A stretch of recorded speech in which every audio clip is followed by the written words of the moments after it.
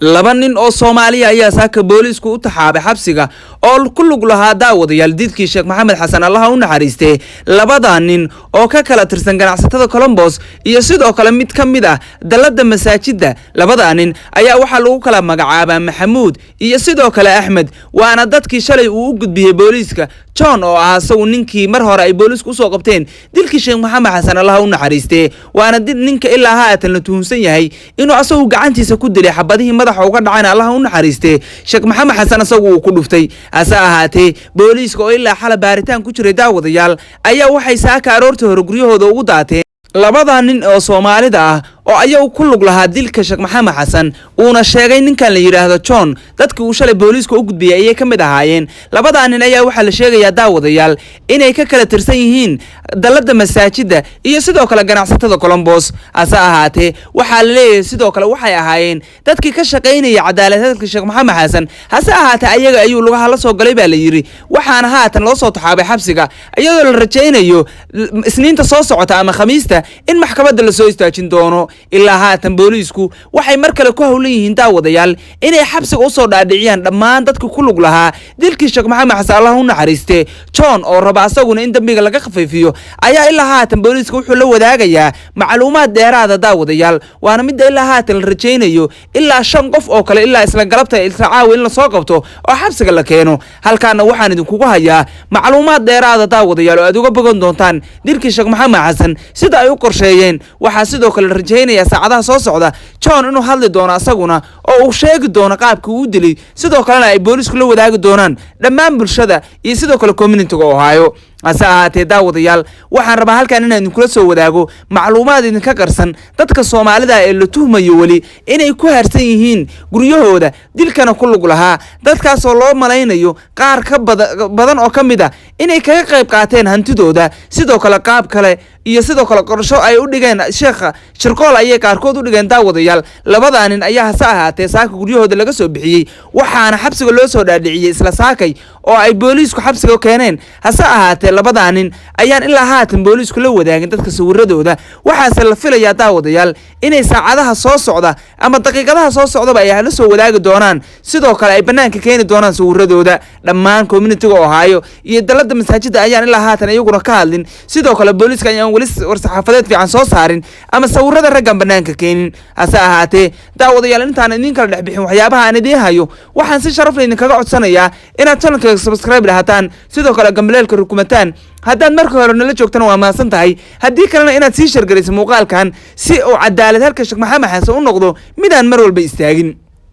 Allah u naxariistay Sheekh Maxamed Xasan oo ahaa imaam sidoo kale Columbus aad looga yaqaanay ayaa daawadayaal waxaad la toogtay 28 December ee sanadkii la soo dhaafay hase ahaatee ilaa markaas wixii ka bilowday ilaa meydkiisa markii la helay waxa la raadinayay oo kaliya cadaalad wax loo soo qabto cadaaladiisa iyo sidoo kale dadkii ka dambeeyay ayaa inta laamaha booliisku raadinayeen community-ga Columbus ee Soomaalida iyo sidoo kale dalada masaajida ee Columbus ayaa iyaguna daawadayaal waxay inta u gurmanayeen oo habeenii maalin soo jeedeen sida cadaalad loogu helaa Sheekh Maxamed Xasan hase ahaatee waxa la soo qabtay ninkan John la yiraahdo asbuuc ka hor waxaana sabab u noqday in dad Soomaaliyeed soo qabto oo laba nin oo Soomaaliyeed maanta xabsiga ku jiraan dad badan ayaa waxay aaminsanayeen inay Soomaali dishay Sheekh Maxamed Xasan shirqoolka iyo daminkana iyadoo ay soo dhigtay cid rabta xabada ha lahaato cid rabtana gacanta lagu dilay ha lahaato hase ahaatee waxa muhiim ay dhahayeen dad badan oo Soomaaliyeed waa cid ka dambeysay shirqoolkan cid sheekhu uu soo baxay cid telefoonka u soo dirtay ee marka masaajidka uu ka soo baxayay banaanka u soo istaagtay telefoonka u soo dirtay cid wax ka dhaxeeyeen cid ganacsigu dhex maray ayay sidoo kale daawadayaal waxa weeye dadka Soomaaliyeed inta isla dhex marayeen hase ahaatee waxay arintiiba soo fududaatay waxay bulshada Soomaaliyeed soo ducayso oo sidoo kale duco meel walba la taagnaadaba markii la helay John oo asagu ahaa ninkii xabada koobaad lahaa ee Sheekh Maxamed Xasan madaxa uga dhacday sidoo kale ahaa darawalkii waday gaarigii lagu la tagay sheekha sidoo kale waxa daawadayaal haatan ay booliisku sheegayaanba in ay ganacsi dhex maray Sheekh Maxamed Xasan iyo ninka la yiraahdo John hase ahaatee lama oga ganacsigu waxa uu yahay lama oga cid u fududeysay lama oga gacanta saddexaad iyo sidoo kale gaariga uu sheekhu galay oo kaamirada ka dhuumanayay looguna talagalay inay kaamiradu qaban waxay ahaayeen dad feejigan sidoo kalena yaqaan kaamirooyinka qarsoon iyo meelaha ay ku jiraan dad aad isaga ilaalinaya dad sahan badan la ayay ahaayeen oo og sheekha xilliga uu firaaqada yahay iyo xilliga uu iyo xilliga uu mashquulka yahay daawadayaal waana mid ilaa haatan ay dhammaan bulshada Soomaaliyeed kaga fadhido laamaha amniga inay la soo wadaagto familka iyo community-ga dhammaan iyo dalada masaajida intaba hase ahaatee labadan nin oo Soomaaliyeed markii saaka xabsiga loo soo dhaadhiciyay ay daawadayaal wax walba isfurfureen wax walbana waxay noqdeen wax cad maadaama ay dad badan qabeen in Soomaalida la nabanayo ee ay dad Soomaali ayagu ka dambeyn dilka sheekha ama ay wax lagu ku lahayn dadka qaar ayaa dhahayay see ku dhacaysa Sheekh Maxamed Xasan nin Soomaaliya uu dambigiisa dusha saarto sidii nin Soomaaliya inuu ninka mu'minka dhiigiisa oo waxba ka galabsan uu dusha saarto oo uu dambi ka raadiyo see ku dhici kartaa Soomaalida waa la nabanaya dad badan ayaa ku hayay walow warbaahinta Soomaalida iyo sidoo kale dad waaweyn oo Soomaaliyeed xogogaala ay ku hayeen qaabka ay wax u socdaan waana qaanaabay dhaheen dal iyo dibadba Soomaalidu sida way isku samaysaa waana Soomaali waxa sidan ka dambeeyay bay dhaheen hase ahaatee ma aha meeshu dalkeeni ma ahan meel qabiil loo kala carari doono waa meel cadaalad la soo horkeeni karo 10 sano ama 15 sano ka soo wareegtay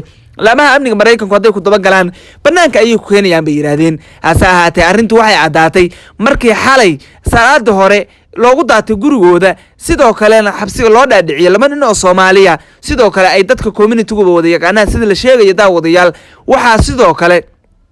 meesha aan ka marnayn marnaba in John asagana uu bixinayo sidoo kale qash laamana amnigana uu siinayo arrimo dheeraada ama qash dheeraada si asaga looga dambiga looga khafiifiyo wuxuu sidoo kale John ku bedelanayaa inuu qof walba magaciisa sheego ama adresskiisa meesha uu ku sugan yahay sheego in asagana dambiga laga khafiifiyo waana arrinta fududayn karta in isla markiiba ilaamaha amnigu soo gabagabeeyaan shaqadooda xabsigana ay soo taxaabaan dhammaan dadka lugta ku lahaa dilka Sheekh Maxamed Xasan Allah u naxariisto daawadayaal dhammaan bulshada Soomaaliyeed waxa laga codsanayaa inay ducada iyo dadaalka iyo sidoo kale shargarinta barnaamijyada halka ka sii wadaan si cadaalad loogu helo Sheekh Maxamed Xasan sidoo kalena dadka dhiman xabsiga loogu soo dhaadhiciyo waana mid kaliya daawadayaal ee dhammaan bulshada Soomaaliyeed u noqon karta badbaadada kuwa qurbaha jira sidoo kale kuwa ayagana haatan sida Afrikaanka oo kale loo ugaarsanayo dadka Soomaalida ayaa ayagana haatan waxa ku soo badanaya waayitaan dad dhumaya sidoo kale Columbus waxa ognahay hooyo ooyeysa oo wiilkeedii weyday sidoo kale Minneapolis waxaan arkay wiil Soomaaliyeed asagana la waayay oo dhalinyaro arrintan bulshada Soomaaliyeed tusbax furatay bay ku noqon doontaa haddii ay ka hortagin daawadayaal oo ay ka samaysan gaashaankuna waa inay la shaqeeyaan laamaha amniga sidoo kale ayaga dhexdooduna ay isku urfiyoobaadaan qabyaalada iyo qurunka iyo sidoo kale hebel baa horumar gaarina ay dhammaantood meesha ka saaraan daawadayaal si ay noqoto bulshada Soomaaliyeed si bulshada Soomaaliyeed ay noqoto kuwa kaga takooran Afrikaanka kale maadaama hadaba ay ka horeeyaan oo yihiin dad ayagu ganacsada 90% dad tayo leh oo ganacsi iyo wax soo saar la yihiin halka Afrikaanka kale ay bangiyada dhacaan sidoo kale ay yihiin kuwa daroogada iyo waxyaabaha ka ganacsada xabsiyada Mareykankana ka buuxa waxaan daawadayaal idinku codsanayaa video ku xiga inta isugu maan doono inaad sii shargareysaan barnaamijyadayda si uu Sheekh Maxamed Xasan u noqdo barnaamijkiisa mid aan damin ilaa cadaalad laga helo maalinka ugu dambeysana annagu waan hadlaynaa daawadayaal maadaama aan rabno oo kaliya cadaalad in cadaalad la soo taago aan mar walba annagu af u nahay familka iyo sidoo kale community-ga oo ayaga ay isu suurtagaleen in mar walba soo hor istaagaan kaamirada waxaan idinkaga tagayaa karaama korkiina haato meel walba aad joogtaan daawadayaal